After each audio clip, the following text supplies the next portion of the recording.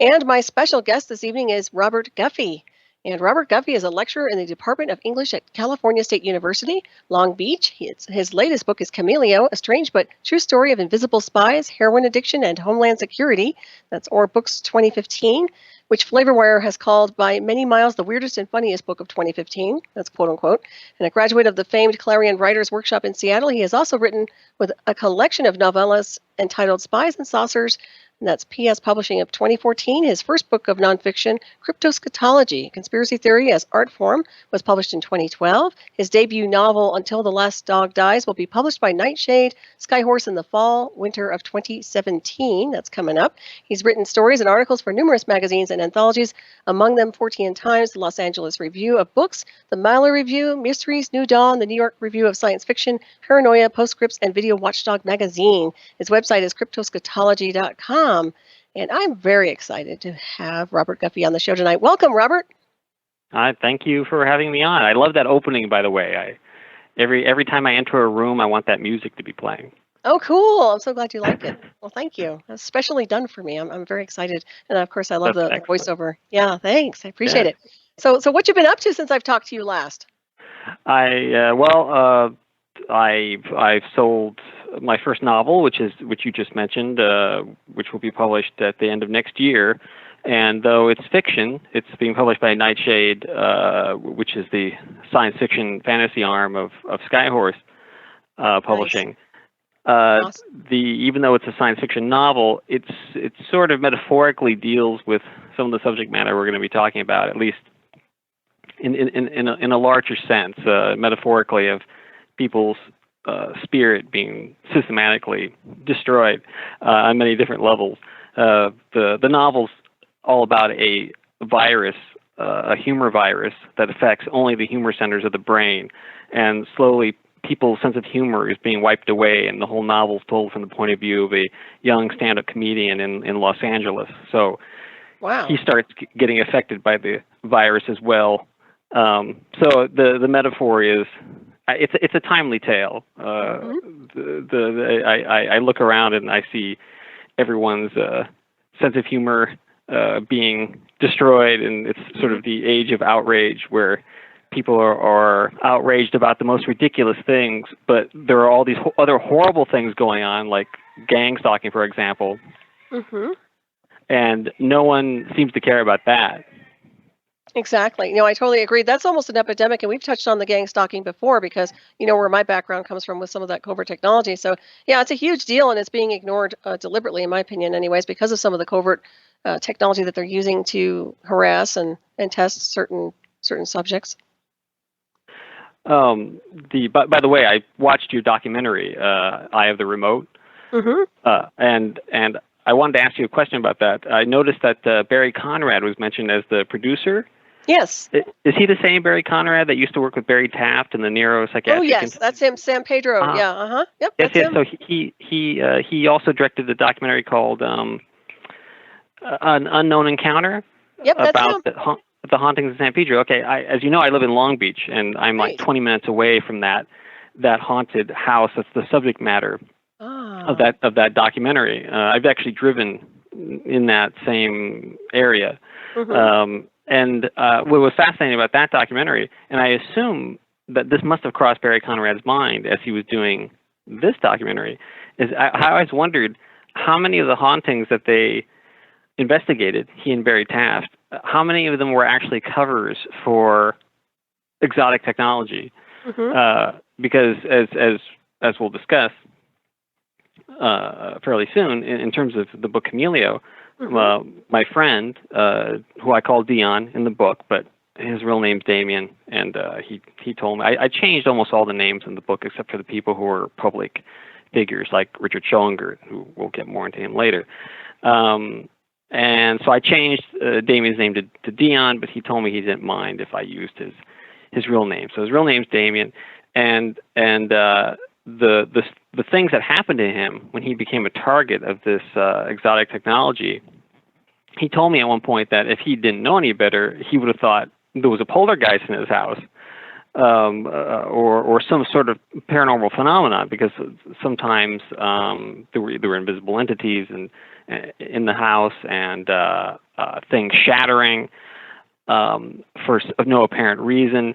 I wondered if did Barry Conrad ever mention anything about that to you? Wondering about the overlap between these haunting investigations and possible experiments in exotic technology?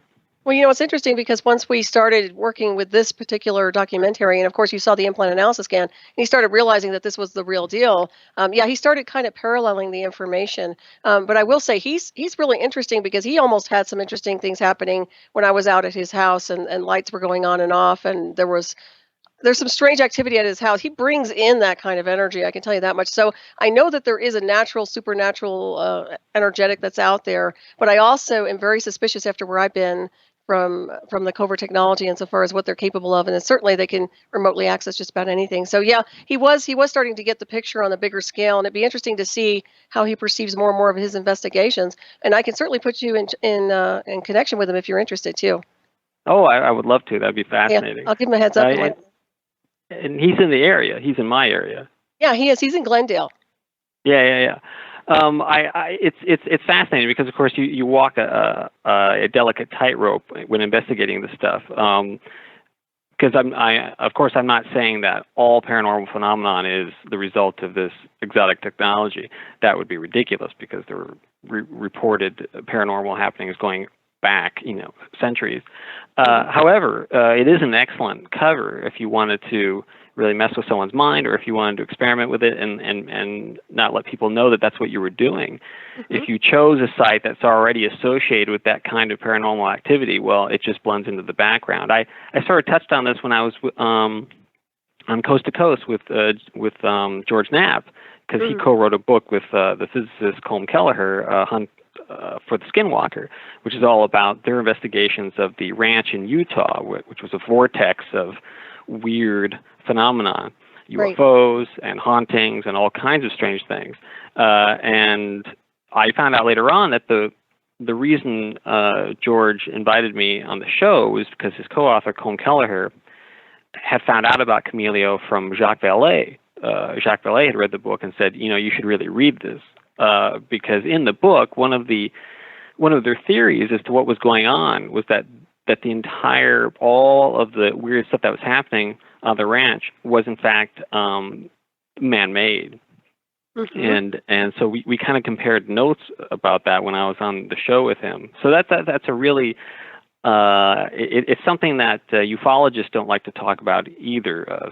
People like the late Bud Hopkins. Yeah, it blows their whole cover, on some level, because they really want to believe in some of this stuff. And I don't discount it, don't get me wrong, but I am aware that there is covert technology, exotic technology that's in the black sciences that is being deployed in experimental, activities are happening. And it's interesting you mentioned Skinwalker Ranch because I totally agree with that. Yeah, the first hit I got on that was that it was exotic technology that was engineered by us and just experimental stuff that was going on over there.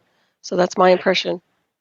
Yeah, it's I just like with the paranormal phenomenon, I don't want to suggest that UFO sightings are all entirely man-made. I don't think that they are, but I do think that there's a sort of mimicking effect going on, mm-hmm. and particularly with the MILABS, the military abductions. That's a subject matter that some ufologists just don't like to talk about, because if you admit that that's going on, if you admit that there are abductees who are being re-abducted by humans in the military, well, that throws everything into question, and so I think they just don't want to even deal with it or acknowledge it.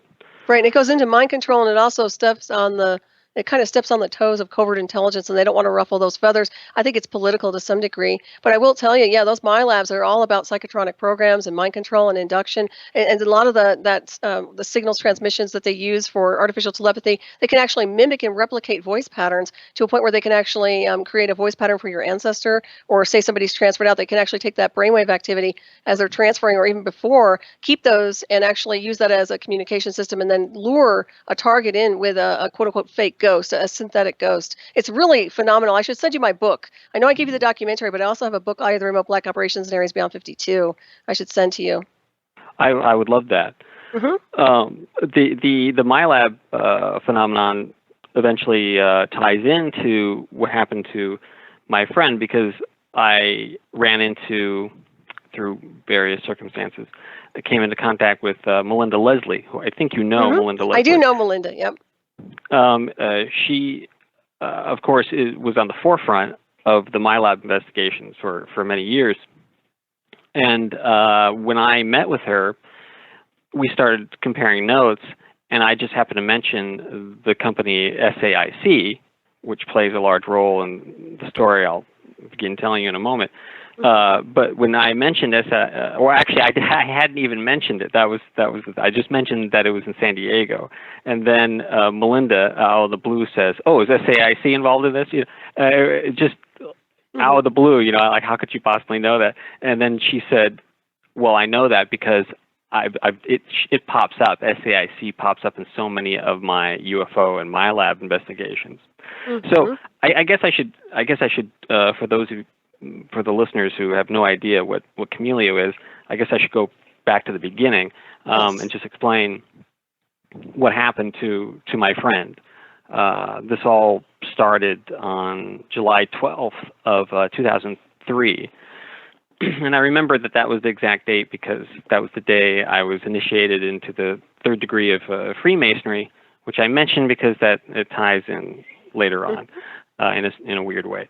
And my friend Damien he had this kind of drug party house going on in the Pacific Beach area of San Diego, people coming in and out all the time, people he didn't even know just crashing on his couch, And one of the people who crashed on his couch was this guy named Lee. And what Damien didn't know was that Lee, whose real name may have been Doyle, had recently gone AWOL from Camp Pendleton. And he had stolen a 9mm Iraqi gun, 23 pairs of high-tech night vision goggles, a DoD laptop computer, and an entire truck. And he's staying over at Damien's house, who he had just met a couple of days before. In the midst of this party that they're having one night, this guy, Doyle or Lee, pulls out the laptop computer that he had stolen, and immediately the DoD logo appears on the screen. And my friend Damien says, just get that stuff out of here. He suddenly realizes what this is, and Doyle says, "Oh no, don't worry about it. They can't track this stuff." Literally within minutes, there's a knock at the door. Damien opens it, and there's a woman there who identifies herself as a special agent, and I call her Lita Johnson in the book. She was a special agent for NCIS. Naval Criminal Investigative Services, which quite frankly, this was before the TV show. I had never even heard of NCIS at that point. Had no reason to even know of its existence. And she said she was there to search the house for stolen military equipment. Damien, whose dad was a narcotics cop, he's well familiar with his constitutional rights, so he tells her, "Well, you're going to have to get a warrant." She said, "I'll be back." So he slams the door shut in her face, and then tells everyone at the party, grab your stuff and go out the back, meaning grab your illegal substances and go out the back. They all throw their illegal substances onto his floor, and then they all walk out the back. The San Diego police and the NCIS come back within minutes with search warrants. And even though the San Diego police came at the same time as the NCIS, Damien got the sense that they weren't even working together. They were kind of bumping into each other in a kind of Keystone Cop kind of way. They weren't really cooperating with each other. They didn't seem to be that interested in the drugs, even though the drugs were everywhere. They were most intent on retrieving these high-tech night vision goggles. That's what they were most interested in. And Damien's trying to tell these people, look, I didn't even know this guy had stolen anything until about 2 minutes ago. And they didn't believe that. And so they arrested both Damien and this guy, Lee, or Doyle, and took him down to the San Diego police station. And they did the Abu Ghraib treatment on Damien for an entire week, where they were asking him all these questions. They thought that he was trying to sell this military equipment to Al-Qaeda or some other terrorist organization. it's a real Kafka-esque situation. Damien's trying to explain to them, look, I just met this guy 2 days ago, but they weren't having that at all. They also wanted him to cooperate. They wanted him to cooperate in the investigation, to finger this Lee guy. The reason I keep calling him by two different names is that he represented himself as Lee, but the NCIS told Damien that his real name was Doyle. I still don't know the guy's real name or his last name. After about a week of grilling Damien, Damien kept insisting that he would not cooperate in any way at all. And Damien had been in and out of jail his whole life and was not someone who was fond of snitching, and wasn't the most cooperative person in any case. They had their hands full trying to get him to cooperate in any way. After about a week, they seemingly gave up. They let him go. And I had called him on that day, the July 12th, when they arrested him. I had called him to tell him about having gone through the third degree of Freemasonry and that I was, had not been sacrificed to Baphomet. But he wasn't there. And so I left a message and he never called back, which was odd. A whole week went by. Usually he'd call back in a couple of days. And so after a week, he calls back and he tells me this incredible story that he'd just been released from jail. He just got off the bus, and everything that had happened. And he had assumed, well, obviously they came to their senses and they realized that he knew nothing about this investigation and they, gave up on it. But that wasn't the case. That was just the beginning of the whole weird nightmare, because then about 2 or 3 days later, he calls me back to tell me that he thinks he's being followed. Now, at first, that might seem sensible, except that he was telling me that not just one person was following him, it was like a parade of people were following him.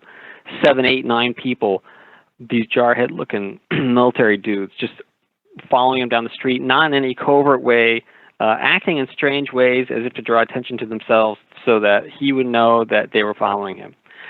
He would go into a 7-Eleven, they would all follow him into the 7-Eleven. He'd go to his favorite Mexican restaurant down the street from where he was living in Pacific Beach, and they'd all come into the restaurant and sit at the tables all surrounding him. Oh, jeez. Which, probably helped the Mexican restaurant's business, but didn't help him in any way.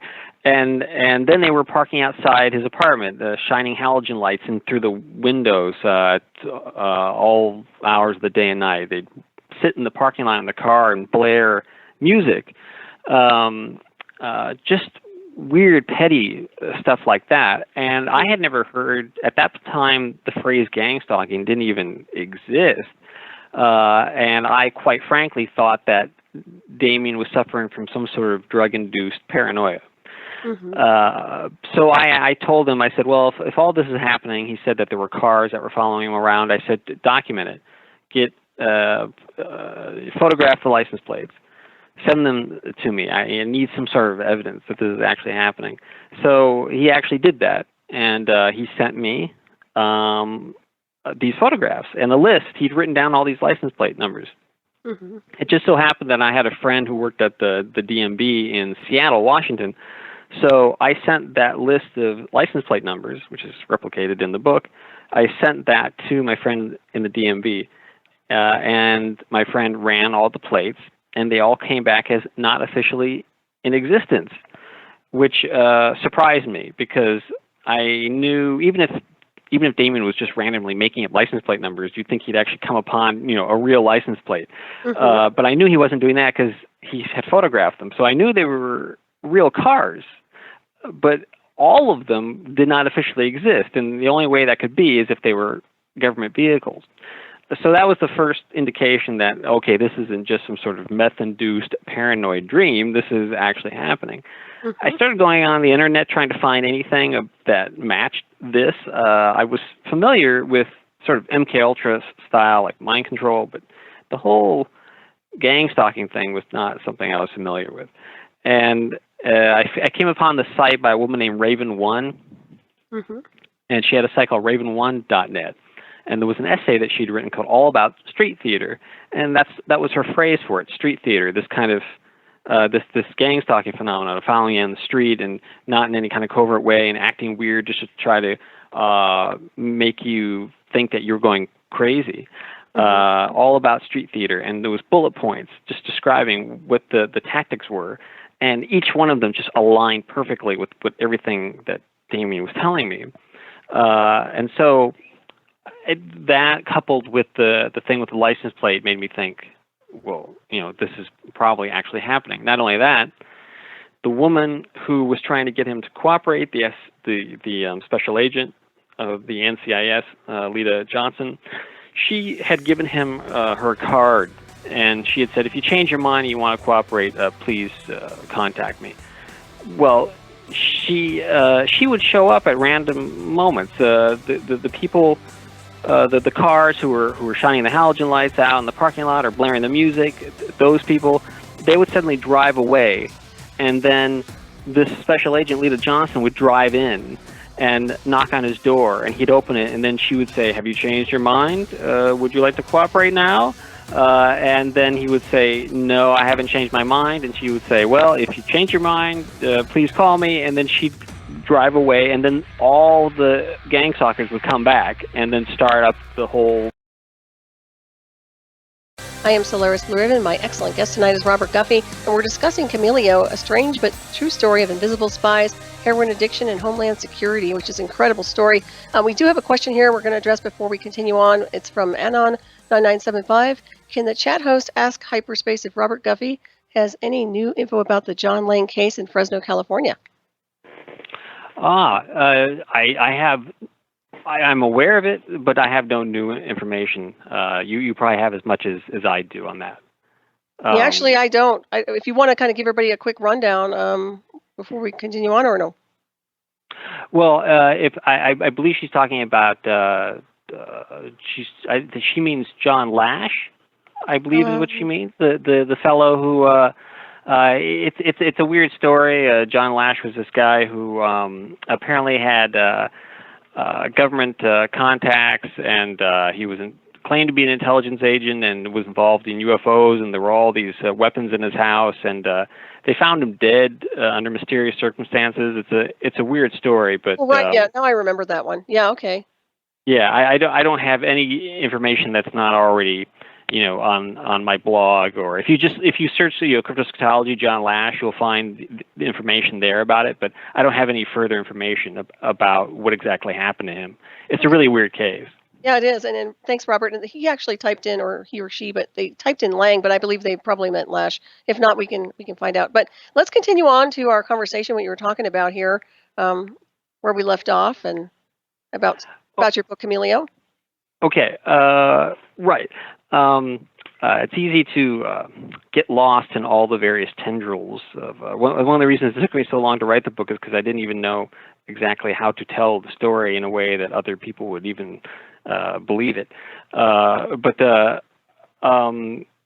strange other things started happening to Damien in the apartment. For example, he started complaining that the inside of the apartment seemed to grow. Sort of like Doctor Who's TARDIS, where it's bigger on the inside than on the outside. Mm-hmm. Or conversely, it would shrink. And he wasn't the only one seeing this. Friends and neighbors would come by, and they would say, "Is the house growing?" It wasn't just him. Other people were perceiving this. And there was one point where he was laying in bed, and a silhouette of a hand appeared on the bedroom wall with a gun in the hand, and would tip down and then aim at Damien's head. One time, this weird sort of plasmoid black energy crawled across the floor, entered his leather jacket that was lying on the floor, and then the leather jacket started crawling across the floor. I was on the phone with him once when they started using these acoustic bullets on him. The things would come, invisible projectiles would fly through the wall and just start shattering things all around him. That's the sort of poltergeist phenomenon that I was mentioning earlier. Just all these kinds of things. What I would call bombarding him with hallucinations, programmed hallucinations. He would look out the window, and the scene that was supposed to be there wasn't there. Instead, it was this kind of weird Boris Vallejo scene with 3 moons in the sky. And then he'd open the door, and the scenery was as it had always been. And then he'd close the door and look out the window, and it's this weird science fiction landscape. So these things continued, and in fact, there was one point where there was something kind of semi-amusing in all this.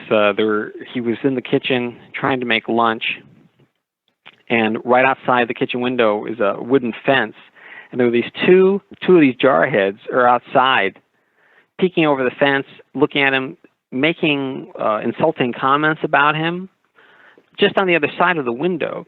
And so Damien, as he's making lunch, suddenly shifts gears, and he starts throwing in sort of like spaghetti sauce and Jell-O and flour and baking soda and all this other stuff into one bowl, and he stirs it all up, and then he ran out the kitchen door and just threw it over the fence, and all this kind of slime and goo fell on top of these 2 jarhead guys, and they ran off into the Vons parking lot next door, trying to get it off of them.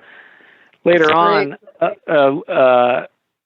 Lita Johnson, Damien decides to call her to try to offer up some sort of resolution to all this, because of course he knows they want him to cooperate, but he doesn't have any information to give. So he was going to suggest that maybe he could try to work with them to get these night vision goggles back. He'd heard rumors that maybe the Hells Angels were selling them for use for drug smuggling across the border. And I told him, well, if you do that, they're going to think that you've been holding out on them this entire time, and that they've been completely justified in torturing you, And he said, no, maybe this will work. He thought they could be reasonable or reasoned with. And when he met with Lita Johnson and her superior at a bagel shop on Garnet Avenue in San Diego, it didn't go the way that he wanted it to go. And they thought that he was holding their feet over the fire in some way. And Lita Johnson's boss got very angry. And at one point, Damien said, "Listen, I'm not trying to make you angry. I just want all this to end. I don't want to have any more food fights with the feds." And that's when Lita Johnson laughed, and she said, "Oh yes, that was pretty funny." It was the one time where she actually admitted that they were doing this to him. Every other time when he would ask, "Are you following me?" she would say, "Oh, no, I'm not doing that." And that was the one moment where she actually sort of admitted it in this kind of weird roundabout way. So in the middle of all that, I also took the liberty of calling Lita Johnson, because of course she had given Damien her card, so I had her phone number. And I guess partly just to confirm that she, actually existed. I just wanted to talk to her, So I called her, and the transcript of that conversation is in the book. I asked her just point blank, "Are you following my friend?" And she was very disturbed that I was calling her. How dare you even ask me a question? And she immediately responded, "Oh, no one in my agency is currently following your friend." Everything she said was in that kind of cover your ass kind of, linguistics. Right. She wouldn't answer anything in a direct way. And in fact, I asked her, would it be okay if Damien left the city? And she was, "No, I wouldn't recommend that." "Well, is he being charged with anything?" "No, but it'd be better if he stayed where he is." And basically, she tried to imply that Damien was crazy, so that phone call didn't go very well. But I should also mention that in the middle of all this, Damien's living, as I said, in Pacific Beach, and his apartment is located within walking distance of SAIC, which I mentioned earlier, Science Applications International Corporation, which used to be based in San Diego and has since moved. It's divided into 2 separate corporations, one of which is based in Virginia. And one maintained the name SAIC, and the other one took the name Leidos, I believe, Leidos. And the other corporation is called ATC, American Technology Corporation. That also was within walking distance of Damien's apartment, and their specialty was experimenting with exotic technology like acoustic bullets. And so it became clear to me that there were people in the Pacific Beach area, not just Damien, but other people on the fringes, drug users, homeless people, homeless drug users, who were essentially being used as guinea pigs for this experimental technology. Everything reached a head when Damien started telling me that there were people in his house that he could not see. And obviously that sounded really crazy. He could see them briefly. They would interact with him. They would touch him, push him over, move things around the apartment. He saw them briefly when he was in the bathroom, and he moved the mirrored cabinet of the bathroom medicine cabinet. As the mirror was in motion, he was able to see them briefly in the mirror, but not with his eyes directly. And also, sometimes he would see a kind of outline of a very short person, these kind of auras that made a kind of human-like figure, kind of like the auras you see, these flashes of light if you suffer from intense migraine headaches, that type of thing. And I thought that was kind of fascinating. I'm not a scientist, but when he said he was able to see them in the mirror, I started thinking about, well, how would that work in visibility technology? If it were light-bending technology, maybe that would make sense that he would only see it in the mirror. You know, Damien doesn't have a physics degree or anything, so it sounded like something that somehow made sense. There was some logic to it. And he humorously began to call these people invisible midgets, which is the phrase that we use throughout the book, because they seemed, when he was able to see them with these outlines, they seemed like very small people. So in the middle of this again, Alita Johnson would show up. You know, have you changed your mind? No. Finally, something happened where Damien ran into this beachcomber guy at the beach who was trying to get rid of his van for a very low amount of money. It was like $500 or something. Damien didn't have the money for the van. But at this point, we both thought, well, if he just leaves San Diego, it'll all stop. Most of these people think this. I mean, I got visited by a high-powered attorney from Minnesota who came all the way to my office on the campus where I work to meet me because he had heard me interviewed on another radio show.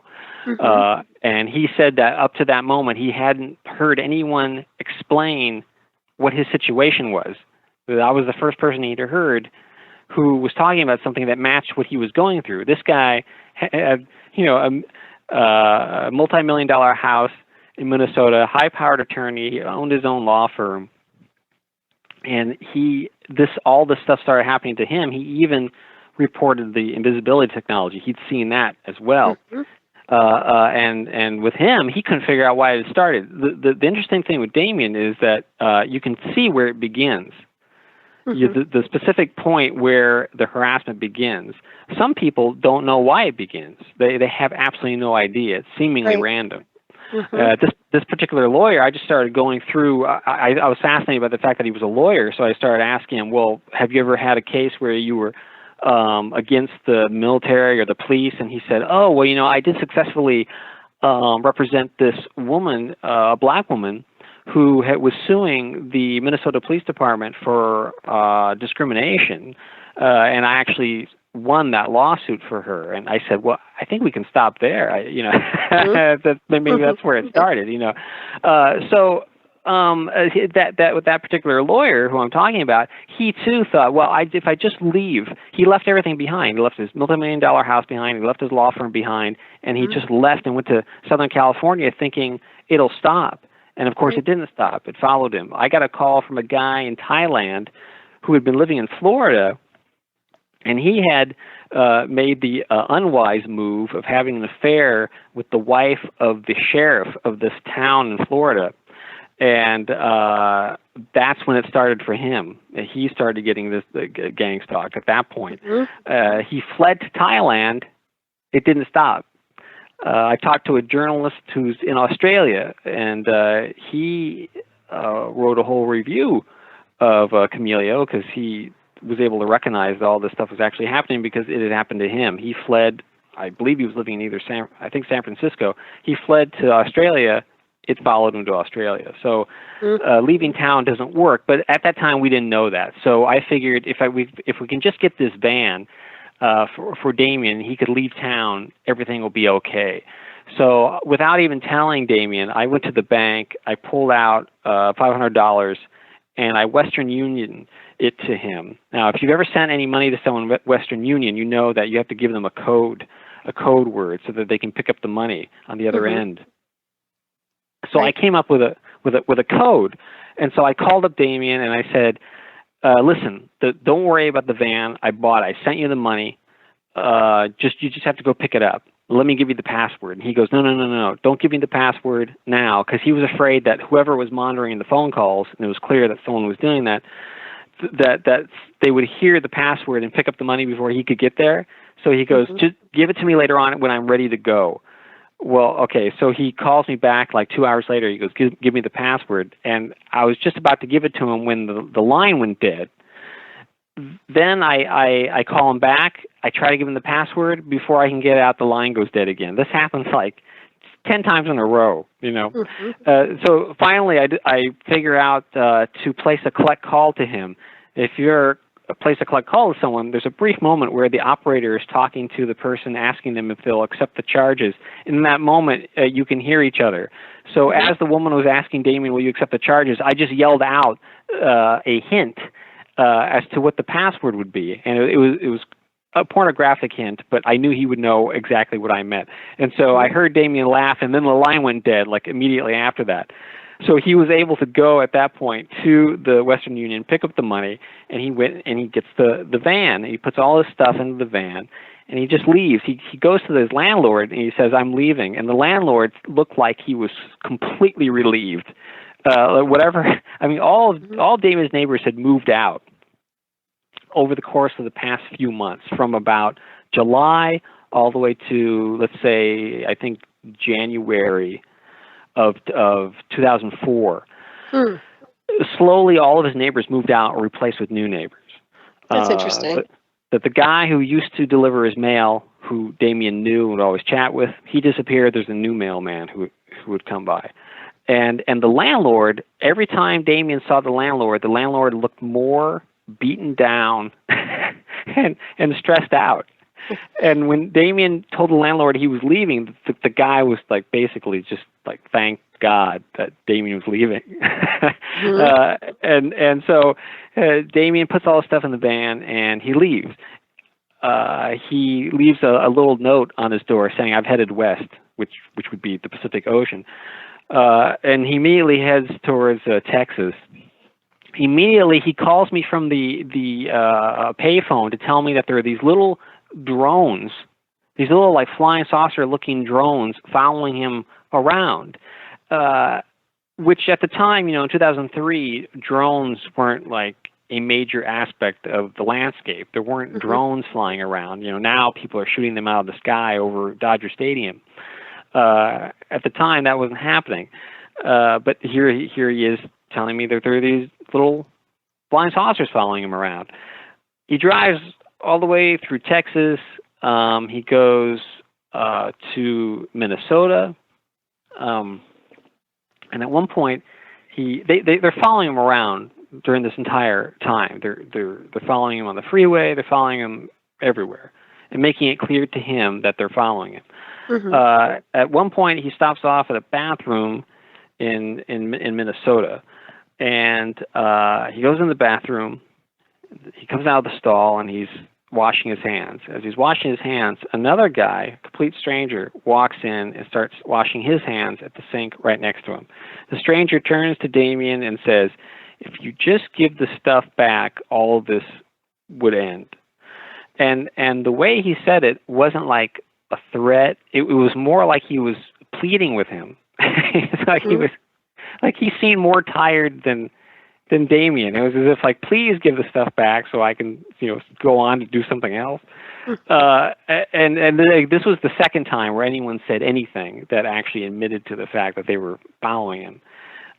Within 20 seconds, a third guy comes in, grabs the second guy by the collar and kind of drags him out as if he was angry with the guy for speaking to Damien, because that's the main protocol. It appears is to never interact with the target. There's a story I tell early on within the first few weeks of this happening to Damien. A guy was following him into an AM PM, and so Damien bought like a 32-ounce blue raspberry Slurpee or whatever the hell it was, and in the middle of the street, Damien turns around and just throws the liquid all over this guy. Now, normally this guy was like a tall Marine-looking dude, and then Damien called him a faggot. Now, in any other white Caucasian male who looks like a Marine, and you threw liquid in his face and called him a faggot, that guy is going to punch you in the face. He didn't do anything. He just stood there staring at him. So they're told not to interact with the target. So when this guy came in the bathroom and broke that protocol, it seemed like he angered somebody. Damien spooked out by this encounter, of course, so he gets back into the van, which, by the way, the van was like the antimatter of a covert van. It was this black van that he put all these kinds of stickers on it, Thomas Jefferson quotes on the back, phrases that he had made up, like gaslit and loving it. And it would make this terrible noise that you would get into the passenger seat and you couldn't get out unless the driver got out and opened the passenger door for you. And then all the exhaust would come in through the floor of the van, like some sort of Flintstone vehicle. Oh wow! It was a terrible thing. But it got him out of San Diego. So he gets back into this Black Death van and drives all the way to Winona, Kansas. And in Winona, Kansas, there's only about 100 people who live in that town. Right before getting to Winona, Kansas, his van breaks down in the middle of the night. And I get a phone call from two of these good old boys who had picked Damien up off the side of the road and brought him back to their house. Damien told these two guys everything that had happened to him. And they were very, very skeptical.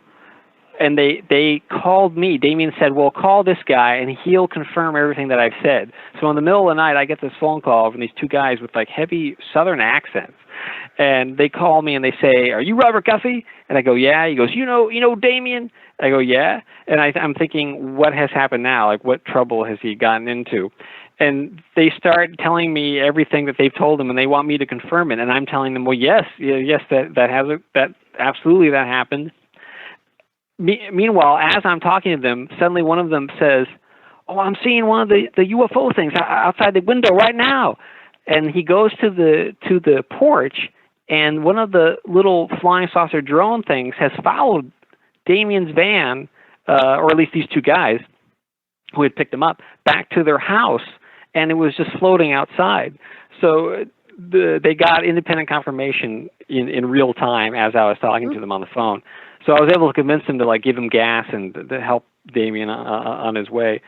And after that, that's when he arrives in Winona, Kansas, which for some reason when he reached Winona, Kansas, the harassment stopped just abruptly. Now, I don't know if that's because it was such a small town, and after all, you're living in Winona, Kansas, there's 100 people in town, and suddenly this Black Death van drives in, and then there's like a parade of Marines following behind them. I think that would stand out. So maybe that's why they stopped at that point. I don't know, but it was a temporary reprieve. And he was there in Winona for about 3 months. And while he was in Winona, that's when he kind of was able to relax for a bit, catch his breath, and he starts doing research on the internet, trying to find anything that looked like the invisibility cloaking technology that he had seen in his apartment. And it was around this time that he stumbled across this website were mentioning about Damien was researching this technology, right, Robert?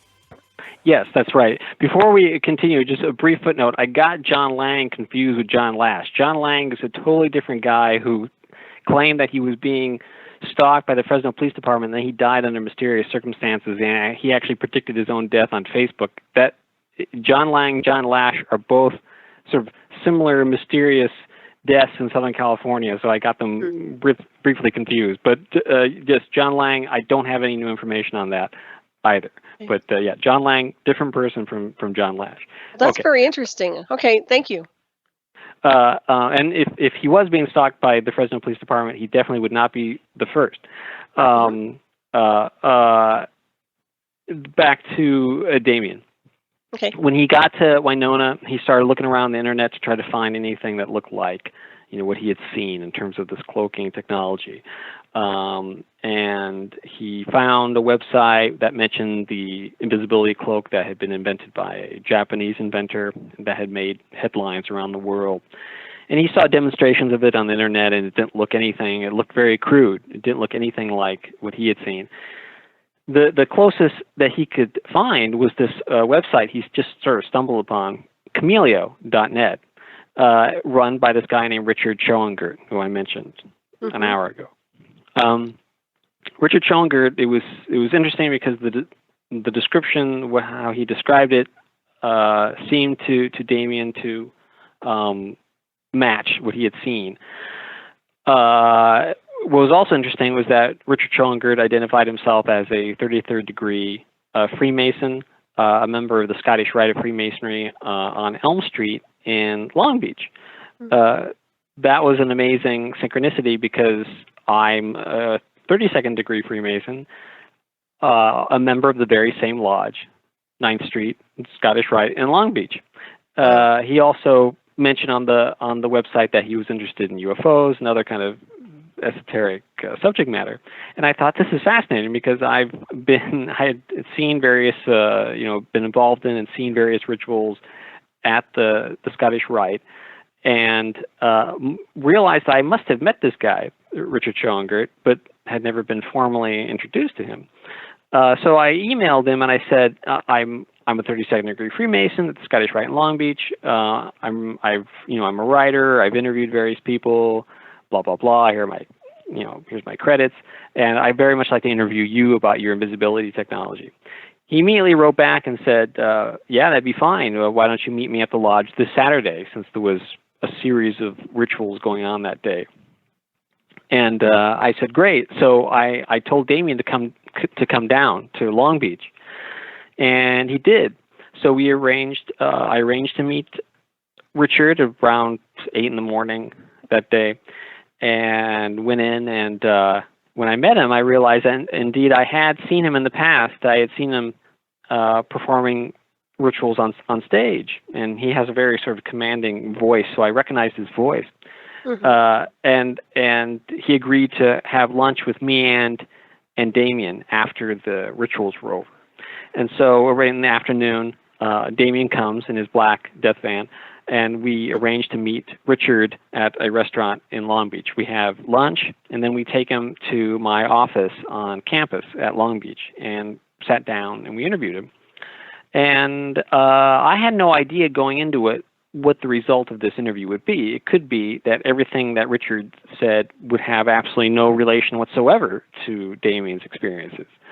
But that's not how it went. Everything Richard said, just point by point, underscored Damien's experiences. Now, we had not yet, I had simply introduced Damien as a friend, and we had not told Richard anything yet about his experiences. So Richard just immediately starts telling us about the various uses of the technology according to his patent, how he'd had dealings with the NCIS in the past. He had dealings with the Navy in the past. He had been approached by SAIC about 10 years earlier, and he had pitched the idea to SAIC, and they seemed very interested and came out to his laboratory. He and Dr. Lev Berger have a laboratory in Hemet, California, which is like nowheresville. And and they took the Navy out to the laboratory and SAIC and showed them what they were working on. They seemed very interested, and then would just disappear. And eventually, Richard got the feeling like they were kind of like vacuum cleaners, coming in, sucking up information, and then disappearing. Well, without any prompting by me or Damien, Richard mentions that he had already initiated a lawsuit against the military because he felt that they had stolen his technology. Mm-hmm. And it's very hard to sue the military for anything, particularly something like this.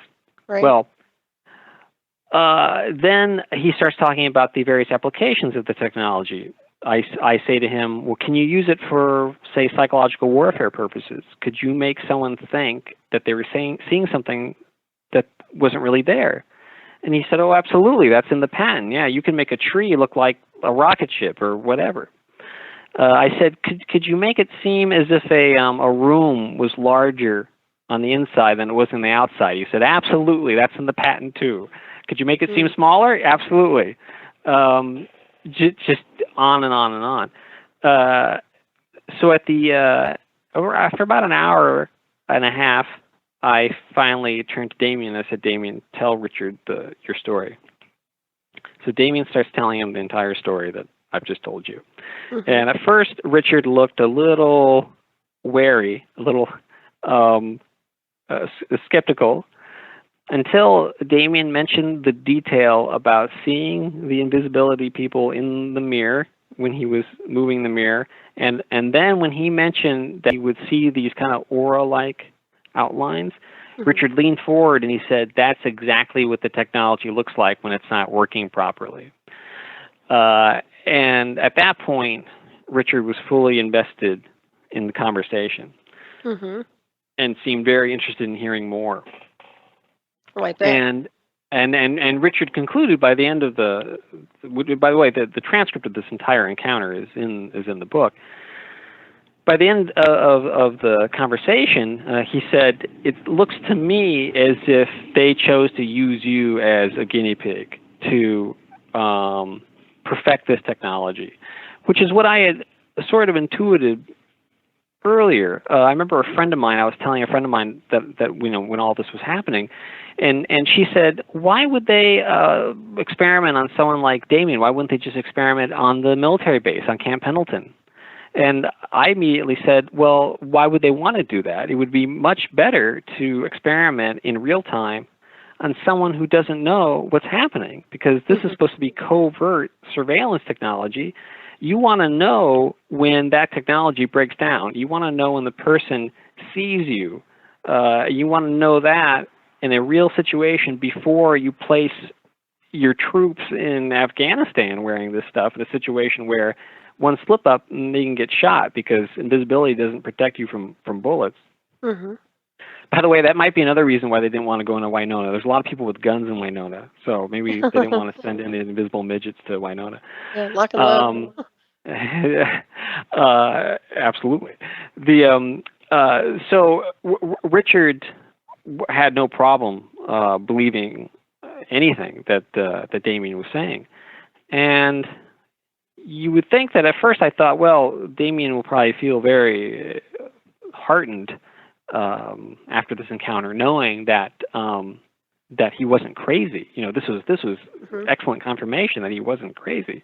And actually, it seemed to have the opposite effect. I think that Damien really was holding out hope that he was crazy, which maybe sounds counterintuitive, but on the other hand, it would be a simpler solution mm-hmm. to the problem.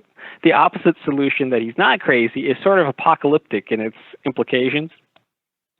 If you could just wrap it all up and say, I'm crazy, and just give me the meds, and then it all goes away, that's a simple solution, Mm-hmm. So he actually was very disturbed at getting this kind of level of confirmation. By the way, it's important to pause a moment and just ponder the synchronicity of all this. How many people on the margins, drug users, homeless people, have they targeted who had absolutely no connections? People who would not believe their story. It just so happened that, I met Damien on my 16th birthday, so I've known him a long time. So I know when he's kind of when he's acting crazy in a kind of drug situation, or when he's acting crazy in a kind of drunken situation. So I knew pretty early on that this was not he wasn't having some sort of late schizophrenic breakdown, Right.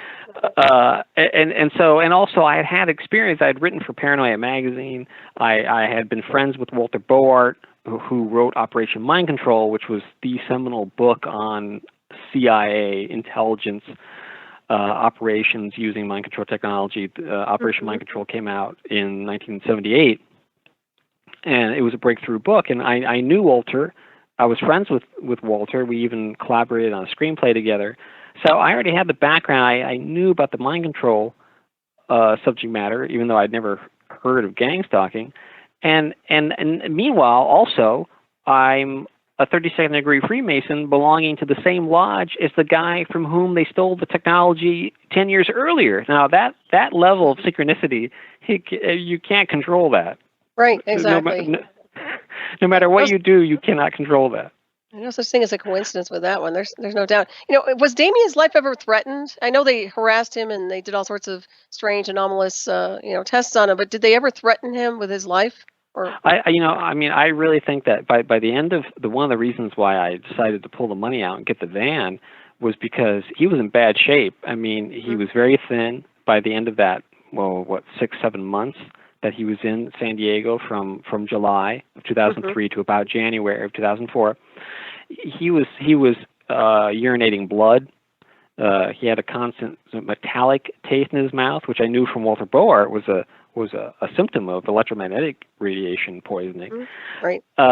And he was in bad shape. I don't think they would have minded if he had just died. In fact, I think that someone somewhere behind a camera was rolling the dice, gambling money. How long is this guy going to last? I think they were amazed at his stamina. Right. When John Rappaport, who wrote the book AIDS Inc., which was an early influence on me, he reviewed Chameleo, and he had a line in the review where he said, I think that one of the main assets that was in Damien's corner this entire time is that he was already crazy. And by what he means by that is that not that he was clinically insane, but that he was crazy in the sense that Damien was already leading a lifestyle that was completely outside the frame of reference of these people. Right. So he was already in a space where he was able to turn the script on them at any moment, and these people have a hard time dealing with that. When you suddenly flip the script on them, they can't improvise. They have no ability to improvise. Just like that guy staring in the street with the liquid flowing down his face and just staring dumbly at Damien, not knowing what to do. Right. They're very non-flexible in that sense. That's one asset that targeted individuals have. I agree. But, go ahead. So after Damien had this encounter with Richard, I kind of lost contact with Damien for several months, maybe even a year. And during that time, he moved to San Francisco, and he found that it had kind of waned a bit, except if he ever went out on a day when they were having some sort of Occupy a protest or any kind of major protest in San Francisco, which happened often because it was San Francisco, if he was outside on those days, suddenly they were on his tail again and harassing him. Those two things would synchronize. And so when he learned, whenever there was like an Occupy Wall Street movement protest going on, he would just stay indoors. I don't know if there's some sort of major protest going on, they immediately just send out, the flying monkeys to tail who's ever on the list. I have no idea. That's really strange. So were there physical people that were doing that? Physical people? Yes. Okay. Yeah, and in fact, I should go back a moment and finish your question, in fact, about him being physically in danger. Not only was he physically in danger of the electromagnetic poisoning and all that, but also one of the things as well that made me decide to pull out the money and get that van for him was because he told me about a very vivid, quote, dream, unquote, that he had, which was clear was not a dream.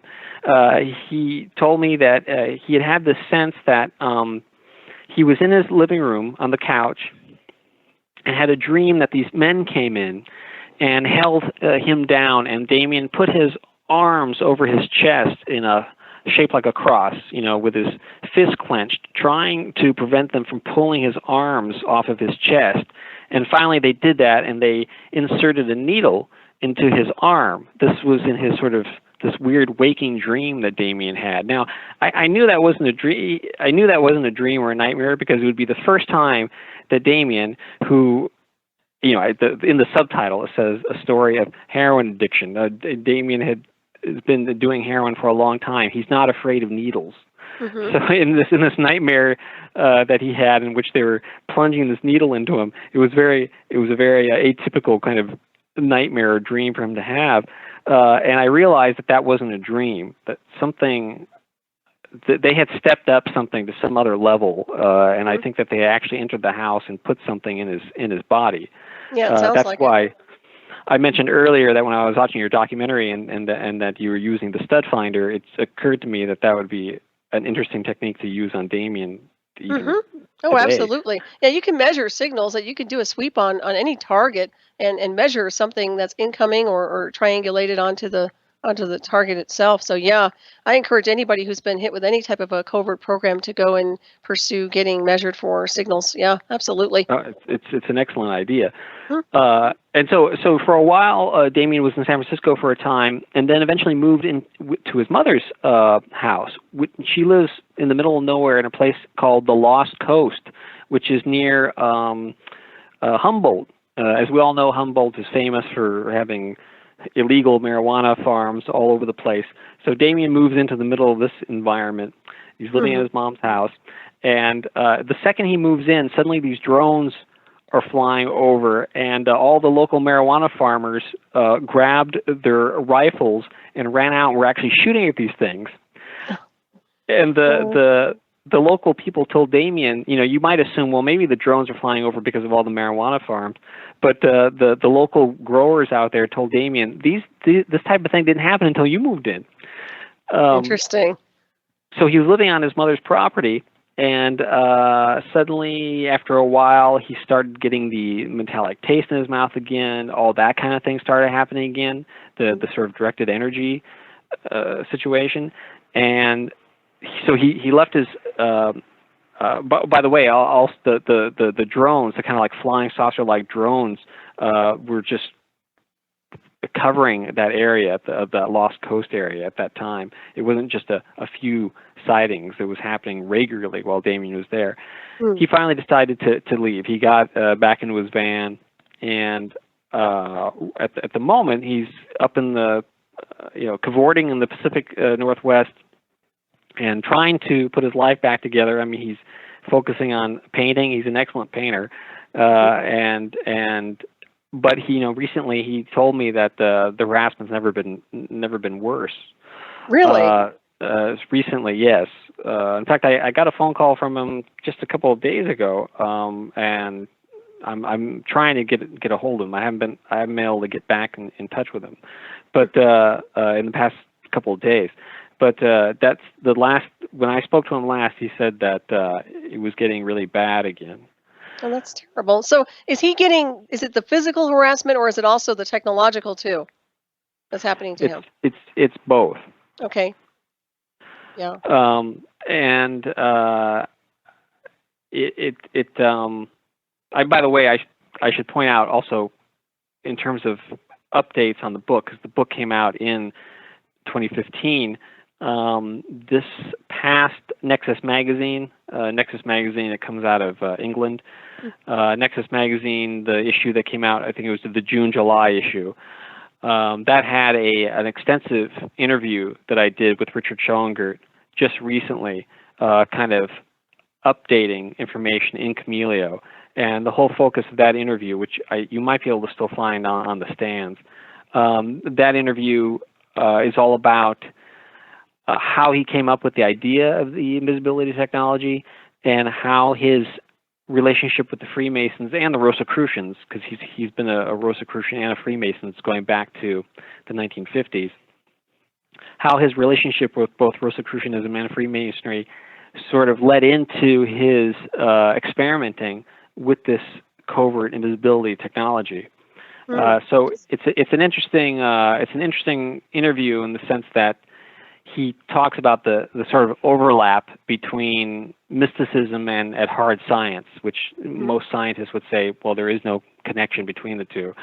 But of course, we all know of scientists like Tesla and Einstein who would often get ideas from dreams. There is a definite overlap between science and what some people would call mysticism, and so it's a really interesting interview from that perspective. So if anyone who's read Chameleo and is interested in some sort of update in that regard, the interview with Richard Schoengert is in the June-July issue of Nexus magazine. Oh, that sounds excellent. Yeah, I'd like to check that out myself. Yeah. And also, go ahead. Richard and I actually did a presentation together about Chameleo at a Masonic lodge in Orange County. And so we were in this lodge, me and Richard, both giving our sides of the story. I talked briefly, and then Richard came up and talked about his technology. And it was just interesting that we were in a room full of these Freemasons who, many of them are, I'm in my early 40s, and I'm considered like a kid, when these people are like World War II era people, and not one of them disbelieved the story. It's the middle of Orange County, very conservative Freemasons, and they, all of them, could believe that this was happening. Yep, exactly. My incredible guest tonight is Robert Guffey. We're discussing Chameleo, a strange but true story of invisible spies, heroin addiction, and homeland security. And of course, if people want to purchase your books, what's the best way to do that, Robert? Well, you can go to Or Books. And just click on the catalog, and you'll see Chameleo, ORBOOKS, orbooks.com. You can order it through Amazon, though I noticed a couple weeks ago that independent booksellers were selling the book at really weirdly inflated prices. I don't know why that is. Maybe, I don't know if that's changed in the past couple of weeks, but you can get it for, I think, a discount at orbooks.com. Excellent. Yeah, they do that sometimes on Amazon. I've had that problem too, and several other authors have had that problem. So, yeah, something going on there.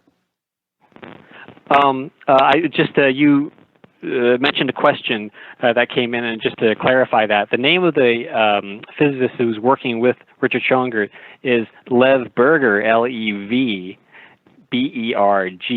not Loveberger. I would love to meet Dr. Loveberger because he sounds like a cool guy to hang out with, but he doesn't exist. His name's Dr. Lev Berger.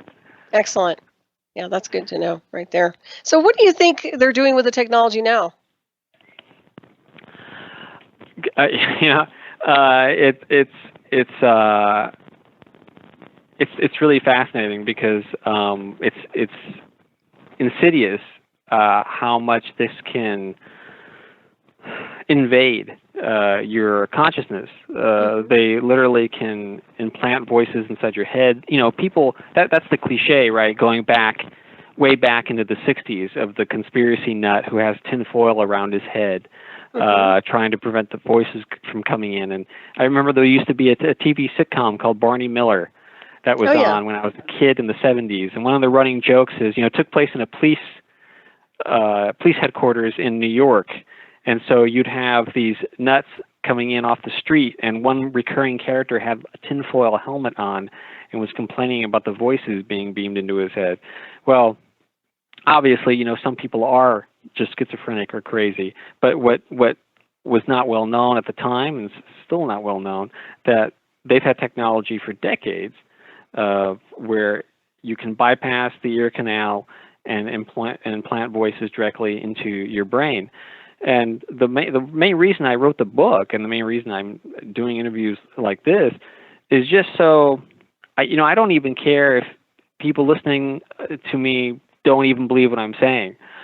Because as long as they're listening to it, even if they don't believe it, they'll hear the information, it'll go into the back of their head, and if this kind of thing happens to their friend or to their brother or sister or wife, they won't immediately assume that that person's going crazy, which is what most people would do. Right.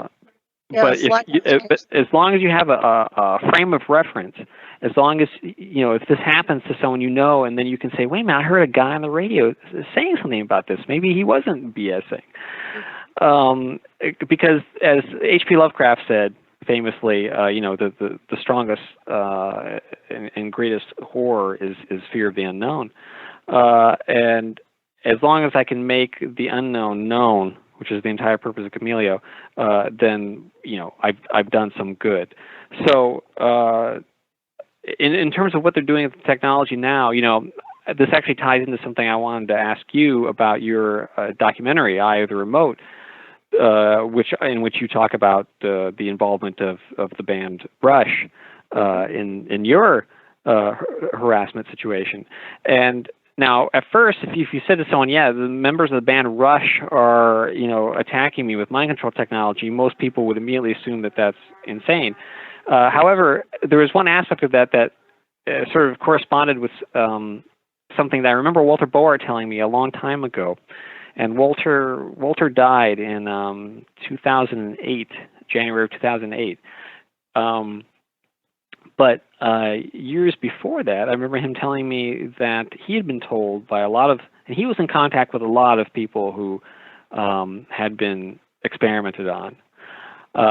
And something that they told him, which seemed kind of ridiculous at the time, but he said that he had been told on many different occasions that a lot of country western musicians and bands were somehow involved in the trafficking of these Manchurian Candidate mind control victims.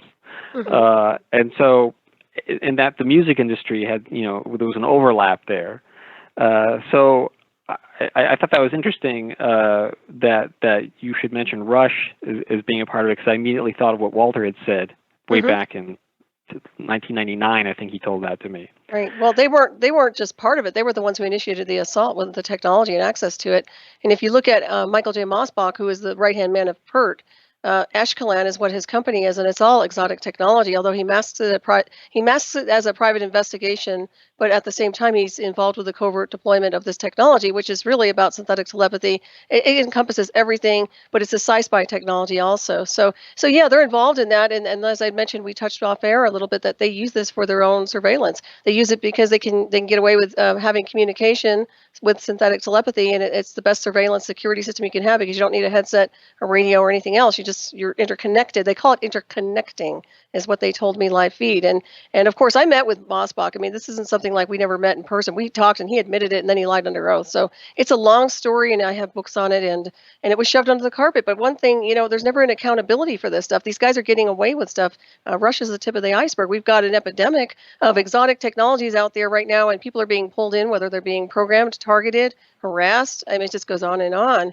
So we have to put a stop to it. And I applaud you for putting this book out for your friend and bringing everybody's, attention onto this, because that's the same thing I did. I wanted people to understand that I didn't want to see other people's lives get ruined or taken away, or if they were hearing something in their head thinking they were going crazy, it's just, it's not okay. It's truly not okay. And it is a war crime, if you ask me. So.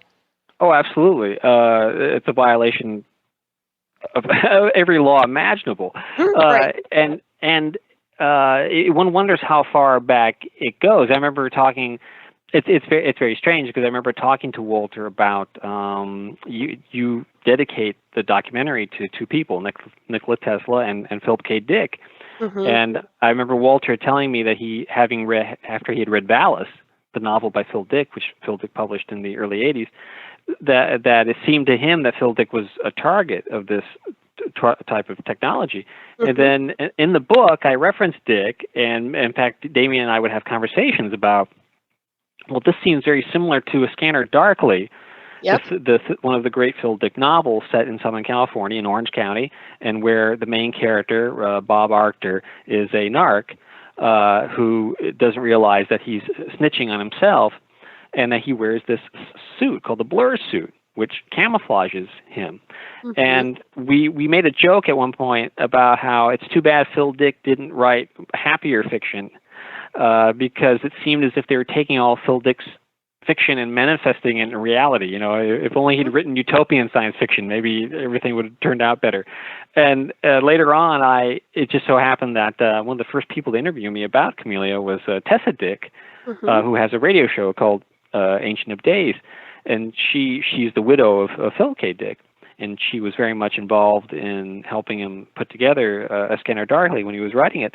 So when it was a kind of amazing experience for me when she told me, I was reading Chameleo and all this matched with my experiences with Phil Dick in the 70s in Southern California. A lot of the stuff that Damien went through paralleled her experiences with Phil Dick back in the 70s. What I mentioned about everyone in the apartment moving out and new neighbors moving in, that happened to them. She and Phil saw these people, the new neighbors, moving in this weird technology into the apartment. And then Phil Dick was getting voices, directly into his head, insulting him. They would hear voices coming out of the radio, even though the radio wasn't plugged in. And she and him would hear that, not just Phil. Just on and on and on.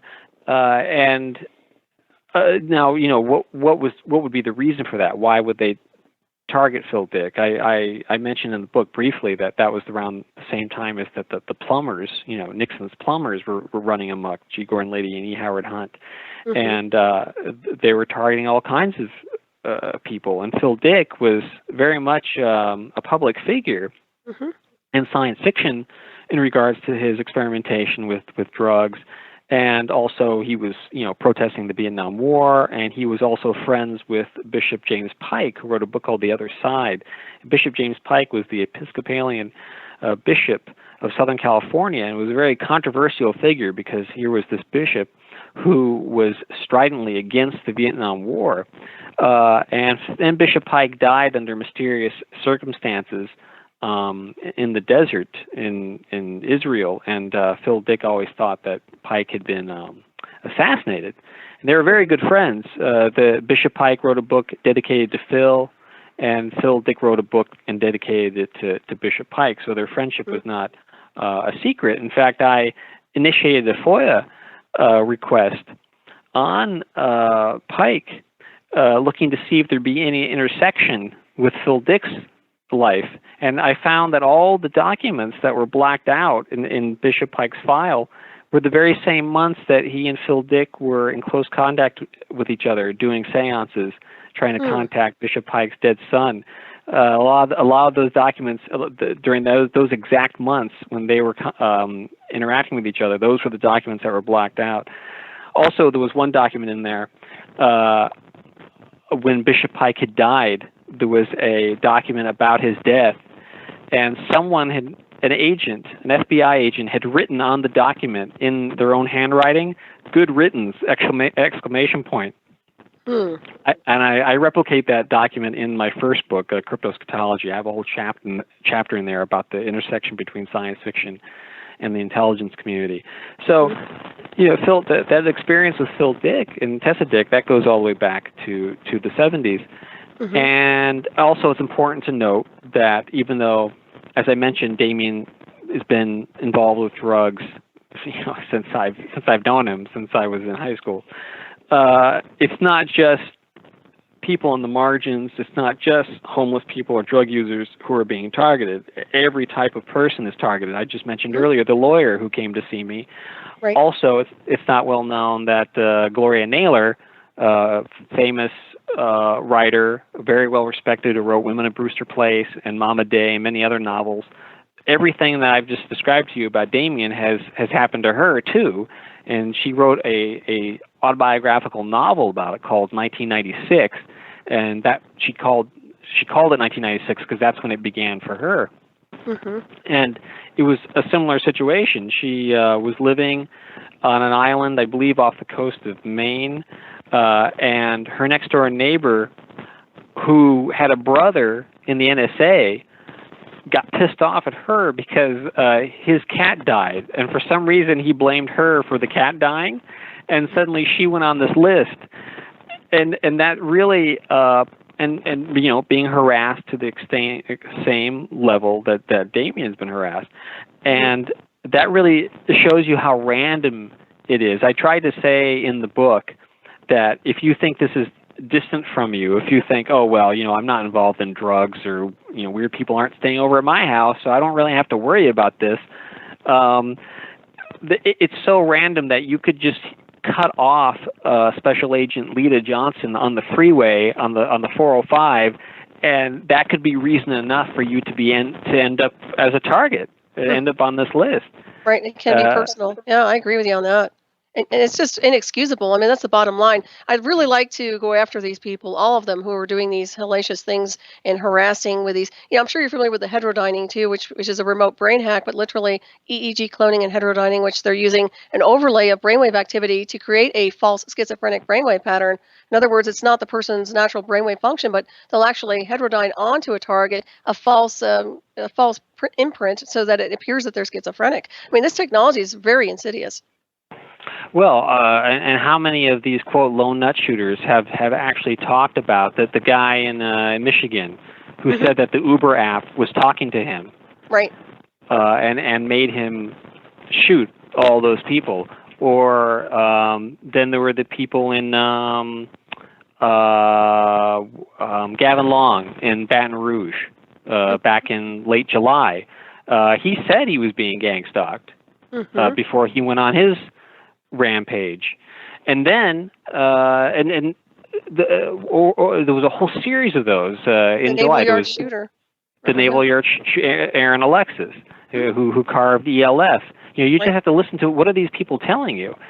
Then right after the Gavin Long story in Baton Rouge, where he mentioned being gang-stalked before he shot all those people, it was almost like 2 or 3 days later, suddenly there was an article in Vice magazine talking about how people who claim to be targeted individuals are all nuts and psychotic. And there was an article, big article in the New York Times by Mike McFate, all about how people who say they're being gang-stalked are nuts. Right, they claim, they claim it's mental illness, and that's BS completely. I'm not saying that doesn't happen, but I do know, because of where I've been, I can break down the technology big time, and I'm very clear these people are being inducted and harassed and targeted with technology, which is exotic, and usually it deals with synthetic telepathy, psychotronic warfare, which is also visuals overlaid onto a target, so they can do all sorts of things with mind mapping and mapping the electromagnetic field. These people are being tortured, and, the whole idea of mental illness is that it's a cause and effect situation, and the cause is usually what I've been assessing for the past, I don't know how many years, is this technology. And that's why I've always addressed it. And it's huge and it needs to be addressed. Obviously, DC deploys it. I mean, we can get into that area of, we know our covert intel is using this and they're benefiting from it. So they're never going to stop, but something has to give here. Yeah, it's very interesting. When I saw what Gavin Long had said, and then that I saw that there were these 2 articles in both Vice and New York Times trying to make it seem as if people who are talking about being gang-stalked are just 100% completely nuts, I thought, who's directing all this? I know that I was interviewed by Vice magazine when Chameleo came out last year. A guy interviewed me for about 2 hours, wrote an excellent article about it, and then the article was shot down by the editor. And the editor told the reporter at Vice, we can't publish this because it might ruin our brand. Oh. Which I'm not exactly sure what that means. They publish interviews with like heroin warlords, but I guess an interview with Robert Guffey about Chameleo and gang-stalking would ruin the brand. And then the guy who wrote the New York Times article, one of the people who he interviewed had actually told him, you need to interview Robert Guffey about Chameleo. And he actually said that he would do that and asked for my contact information. She gave it to him, but he never contacted me. Now, I don't know if that's because he had already made up his mind or if the story that I'm telling is so outside the frame of reference of what he had already gotten used to, because after all, I'm not writing a book from the point of view of that I'm being gang-stalked, that I am a targeted individual. The whole book is me talking objectively about the experiences of my friend. So there's less of an ability to point the finger at the author and say, obviously this guy's crazy. He says he's being gang-stalked. Well, no, I'm not saying that. This will happen to my friend. And by the way, I have all this information from the scientist, Richard Schoengert, that backs up everything that my friend is saying. Maybe there was just too much evidence there. I mean, you could actually track this stuff down You know, I mean, you can prove it. You can prove the technology too. That's another thing, Robert. I mean, we can actually measure these signals, and it's interesting because alternative truth media really does understand what's going on, and the mainstream is still pushing it off as mental illness. They're still not accepting it because they know it's being deployed covertly, and they don't want to ruffle anybody's feathers. But I'll tell you, those days are ended because there's too many people being affected by this stuff. Well, I mean, how many of these mass shooters are going to come out and mention gang-stalking before someone wakes up and sees a pattern here? Mm-hmm. And particularly with regards to the lone nut shootings that have been occurring, it's amazing to me, and this is why I think Chameleo is an important book. With the San Bernardino shooters, and then the shooter at the nightclub in Florida, who had been on the terrorist watch list and they took him off. And then the San Bernardino shooters who were on Facebook just openly talking about, their allegiance to various terrorist organizations. Those people aren't being watched, but my friend Damien is. So, right. My friend Damien, who's done nothing, he's being watched by hundreds of people, because it's clear if you read the book that they would need hundreds of people to pull this off on this one person.